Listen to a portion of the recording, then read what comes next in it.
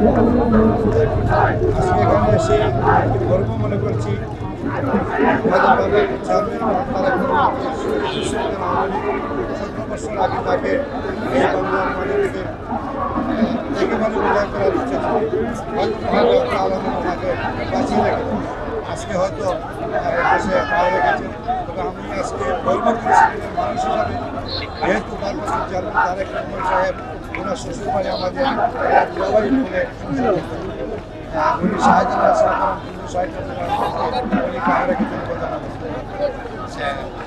আজকে আশা করব এই তারিখের মাধ্যমে গণতন্ত্র ফিরে আসবে, মানুষের ভোটের অধিকার ফিরে পাবে।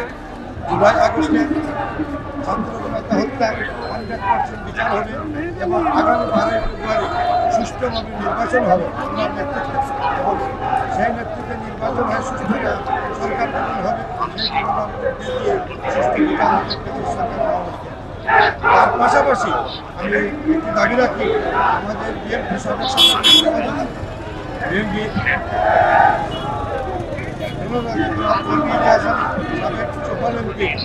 আমাদের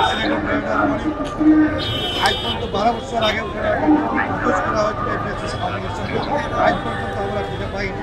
জানি না যেভাবেই